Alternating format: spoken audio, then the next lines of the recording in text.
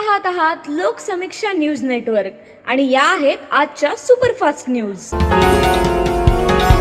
या बातमीपत्राचे प्रायोजक आहेत नंदिनी कलेक्शन, फक्त महिलांचे परिपूर्ण दालन, माऊली निवास, कल्याण मंडपमच्या बाजूस, यशोधन नगर, परभणी।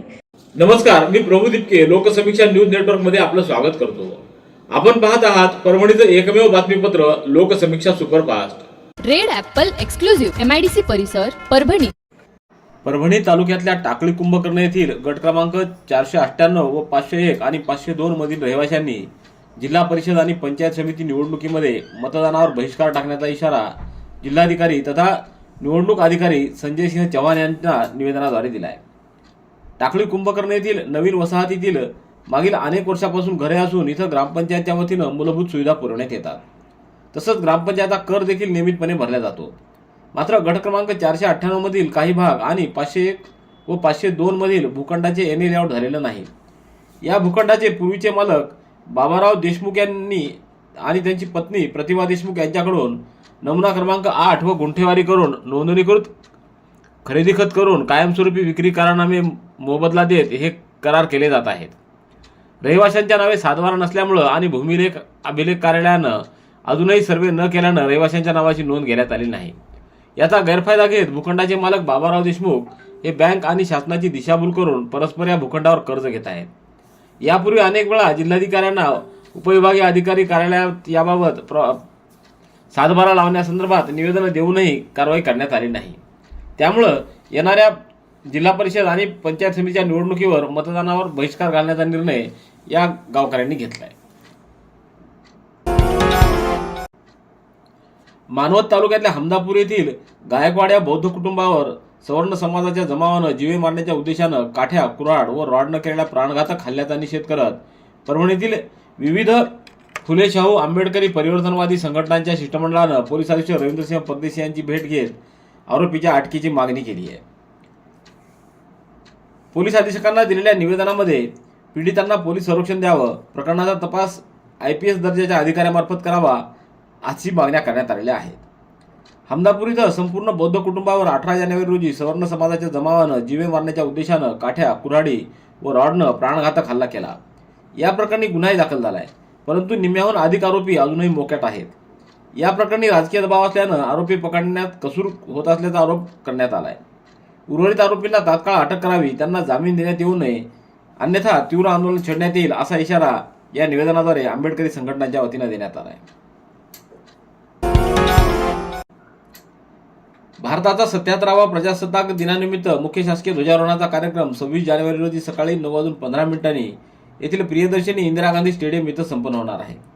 राज्याच्या सार्वजनिक आरोग्य व कुटुंब कल्याण, पाणी पुरवठा व स्वच्छता, ऊर्जा, महिला व बालविकास, सार्वजनिक बांधकाम राज्यमंत्री तथा परभणी जिल्ह्याच्या पालकमंत्री मेघना बोर्डीकर यांच्या हस्ते ध्वजारोहण करण्यात येणार आहे। कार्यक्रम सुरू होण्यापूर्वी 10 मिनिटे अगोदर कार्यक्रमस्थळी राष्ट्रीय पोशाखात उपस्थित राहावं असं आवाहन जिल्हा प्रशासनाच्या वतीनं करण्यात आलंय। सततचे दवाखाने करून कंटाळलात? आता शेवटचा उपाय। डॉक्टर गोविंद कामटे यांचे बालाजी आयुर्वेदिक निसर्गोपचार केंद्राला भेट द्या। शुगर, मूळव्याध, ॲलर्जी, सोरायसिस, गजकर्ण, दमा, लठ्ठपणा, गुडघेदुखी, कंबरदुखी, वात, गाठीचे आजार, लकवा, केस गळणे, मूतखडा, सफेद डाग यांसारख्या जुनाट आजारांवर खात्रीशीर उपचार केले जातात। दारू सोडवण्यासाठी विशेष उपचार उपलब्ध। संपर्क डॉक्टर गोविंद कामटे, आयुर्वेद विद्याविशारद, बालाजी आयुर्वेदिक निसर्गोपचार केंद्र, तलाठी कार्यालयाच्या बाजूला, वसमत रोड, परभणी। संपर्क 9921691008। सेलू तालुक्यातल्या नांदगाव शेत शिवारामध्ये वेठ बिगारच्या जाळ्यात अडकलेल्या मजूर व बालकांची सुटका करण्यात आली आहे। त्याठाणा पोलीस ठाणे हद्दीतील RB कन्स्ट्रक्शन इथं तेलंगणा राज्यातून मागील 4 महिन्यापासून कामासाठी आलेल्या मजुरांना बेकायदेशीररित्या अडकवून ठेवण्यात आलं होतं। या प्रकरणी तेलंगणा राज्यातील एका वेठ बिगाराच्या नातेवाईकानं जिल्हा विधी सेवा प्राधिकरण नागर कुर्नूल इथं अर्ज दाखल केला होता। त्यानंतर सदर सचिवांनी अर्ज जिल्हा विधी सेवा प्राधिकरण परभणी यांच्याकडे पाठवला व 2 NGO यांना मदतीसाठी पाठवलं। या घटनेची दखल घेत विधी सेवा प्राधिकरण परभणी अंतर्गत असंघटित कामगारांसाठी स्थापन करण्यात आलेल्या विशेष सेलमार्फत तातडीनं कारवाई करण्यात आली। जिल्हा न्यायाधीशाचा अध्यक्षा, जिल्हा विधी सेवा प्राधिकरण परभणी उज्ज्वला नंदेश्वर यांच्या मार्गदर्शनाखाली सचिव भूषण काळे यांनी आंतरराष्ट्रीय न्याय मिशनच्या सार्वजनिक कार्यकर्त्या शीला पठक व त्यांच्या टीमसह संयुक्त रेस्क्यू ऑपरेशन राबविलं. परभणीच्या सार्वजनिक बांधकाम विभागामध्ये गेल्या 8 ते 18 वर्षापासून काही अधिकारी व कर्मचारी ठाण मांडून बसले आहेत. या ठिकाणच्या संबंधित अधिकाऱ्यांकडून करोडोचा भ्रष्टाचार सुरू आहे. अशा भ्रष्ट अधिकारी व कर्मचाऱ्यांवर तात्काळ कारवाई करून त्यांची विभागाबाहेर बदली करण्याच्या मागणीसाठी सुरेंद्र नेब देशमुख यांनी नांदेडच्या सार्वजनिक बांधकाम प्रादेशिक विभाग मुख्य अभियंता यांच्या कार्यालयासमोर 22 जानेवारीपासून आमरण उपोषणाला सुरुवात केली आहे. सोनपेठ तालुक्यातल्या शिळगाव येथील रहिवासी असलेल्या सुरेंद्र नेब यांनी भ्रष्टाचारी अधिकाऱ्यांच्या कचाट्यातून सार्वजनिक बांधकाम विभाग परभणीला मुक्त करण्याच्या मागणीसाठी हे आमरण उपोषण सुरू केले. सोनपेठ नगर परिषदेच्या विविध समित्यांच्या सभापतीच्या निवडीसाठी आज 23 जानेवारी रोजी नगर परिषद सभागृहात विशेष बैठक संपन्न झाली.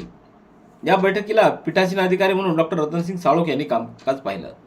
या बैठकीत निवड झालेल्या 4 समित्यांवर राष्ट्रवादी काँग्रेस अजित पवार पक्षाचे स्पष्ट वर्चस्व प्रस्थापित झाले.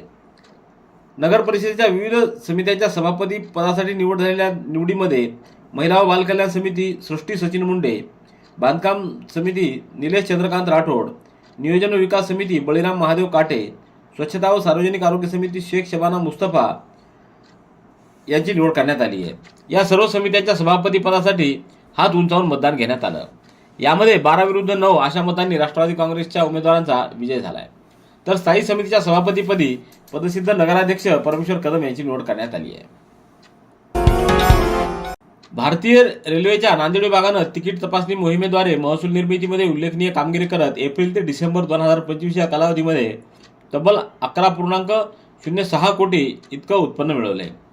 ही कामगिरी मागील वर्षाच्या तुलनेत 20.23% अधिक असून निर्धारित उद्दिष्ट ओलांडणारा नांदेड विभाग हा एकमेव विभाग ठरला आहे. विभागभर राबवण्यात आलेल्या सातत्यपूर्ण नियोजनबद्ध व कडक तिकीट तपासणी मोहिमांमुळे हे शक्य झाले.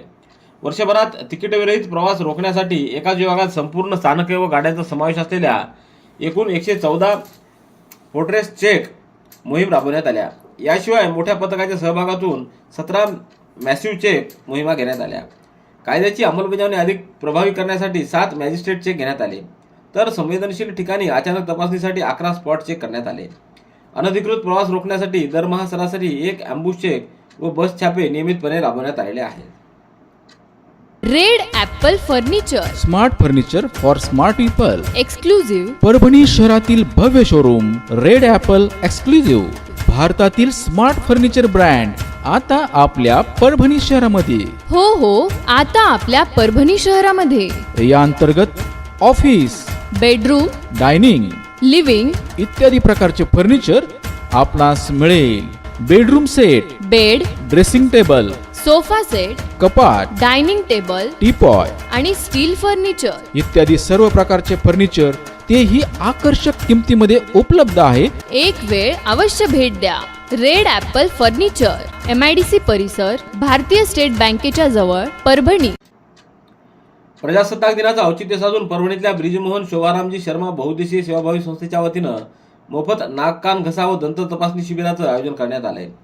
या शिबिरामध्ये गरजू रुग्णांना मोफत तपासणी, मोफत औषधी व मार्गदर्शन केलं जाणार आहे. हे शिबिर 26 जानेवारी रोजी सकाळी 10 ते सायंकाळी 5 वाजेपर्यंत जेथली हॉस्पिटल या ठिकाणी संपन्न होणार असून शिबिरासाठी पूर्व नाव नोंदणी आवश्यक आहे. या शिबिराचा लाभ घ्यावा असं आवाहन संस्थेचे संस्थापक अध्यक्ष गोविंद शर्मा व सचिव पवन शर्मा यांनी केलं आहे. राष्ट्रीय मतदार दिनाचं औचित्य साधून जिल्हाधिकारी कार्यालयामध्ये लोकशाहीवर निष्ठा ठेवण्याची शपथ घेण्यात आली. 25 जानेवारी रोजी रविवार असल्यामुळं हा कार्यक्रम आज पार पडला. माझं मत माझं भविष्य ही संकल्पना कृतीत उतरवण्याचं आवाहन करत कोणत्याही प्रलोभनांना बळी न पडता संविधानिक मूल्यांना प्राधान्य देऊन मतदान करावं असं आवाहन जिल्हाधिकारी संजय सिंह चव्हाण यांनी केलं. यावेळी निवासी उपजिल्हाधिकारी अनुराधा ढालकरे, नायब तहसीलदार प्रशांत वाकोडकर, मिलिंद शिनकारे, दत्ता गिनगिने व जिल्हाधिकारी कार्यालयातील अधिकारी कर्मचारी उपस्थित होते.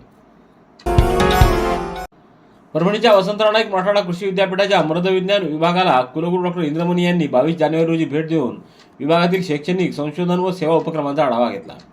यावेळी त्यांनी प्राध्यापक तसंच आचार्य व पदव्युत्तर विद्यार्थ्यांशी थेट संवाद साधत मृदविज्ञान विषयाचे आजच्या काळातील महत्त्व अधोरेखित केलं. कुलगुरूंनी विभागातील सर्व प्रयोगशाळांची पाहणी करून त्यांचे पुनर्रचना व अद्ययावतीकरण करण्याबाबत सूचना केल्या. केंद्रीय माती परीक्षण प्रयोगशाळेतील उपकरणाच्या नोंदी तपासून कार्यपद्धती अधिक शिस्तबद्ध करण्याच्या सूचनाही त्यांनी दिल्या. तसंच माती परीक्षणासाठी येणाऱ्या शेतकऱ्यांसाठी स्वतंत्र भेट नोंदवही ठेवण्यावर त्यांनी भर दिला. तर विद्यार्थ्यांकडून विविध रासायनिक पृथक्करण प्रक्रियांची माहिती घेऊन त्यामध्ये तांत्रिक सुधारणा कशा करता येतील यावर त्यांनी सविस्तर चर्चा केली. गंगाखेड तालुक्यात विनापरवाना चोरटी विक्री करण्याच्या उद्देशानं विदेशी दारूची वाहतूक करणारी स्विफ्ट कार ताब्यात घेत स्थानिक गुन्हे शाखेच्या पथकानं कारसह 2,64,890 रुपयाचा मुद्देमाल जप्त करून कार चालकाच्या विरोधात गुन्हा नोंदवला आहे. स्थानिक गुन्हे शाखेचे पोलीस निरीक्षक विवेकानंद पाटील यांच्या आदेशानं स्थानिक गुन्हे शाखेचं पथक 23 जानेवारी रोजी परळी रस्त्यावरील वडगाव फाटा परिसरात गस्तीवर असताना परळीकडून येणाऱ्या स्विफ्ट कारमध्ये एक इसम विदेशी दारू घेऊन गंगाखेडकडे येत असल्याची माहिती मिळाल्यानं परळी रस्त्यावरील एका हॉटेलसमोर सापळा लावून दुपारी 1:30च्या सुमाराला पोलिसांनी ही स्विफ्ट कार क्रमांक MH46 AD 1796 थांबवून चालकाचं नाव विचारून तपासणी केली. यामध्ये 14,890 रुपयाची विदेशी दारू व 2,50,000 रुपयाची कार जप्त करण्यात आली आहे. पाथरीच्या पंचायत समिती सभागृहामध्ये जिल्हा परिषद पंचायत समिती निवडणूक अनुषंगानं तहसीलदार तथा सहाय्यक निवडणूक निर्णय अधिकारी शंकर एन हंदेश्वर यांनी निवडणूक कामासाठी नियुक्त क्षेत्रीय अधिकारी व मतदान केंद्र अधिकारी म्हणजे BLO यांची आढावा बैठक आज 23 जानेवारी रोजी घेतली. या बैठकीत प्रत्येकाला नेमून दिलेलं निवडणूक काम काटेकोरपणे करावं, मतदान केंद्रावर पुरेशा सुविधा उपलब्ध करून द्याव्यात. यावेळी BLO यांना त्यांच्या केंद्राच्या मतदार याद्या देण्यात आल्या. तसंच 25 जानेवारी रोजीचा राष्ट्रीय मतदार दिन आजच साजरा करण्यात आला. शिवसेना प्रमुख बाळासाहेब ठाकरे यांच्या जयंतीनिमित्त आमदार डॉ. राहुल पाटील यांच्या संपर्क कार्यालयात आज अभिवादन करण्यात आलं.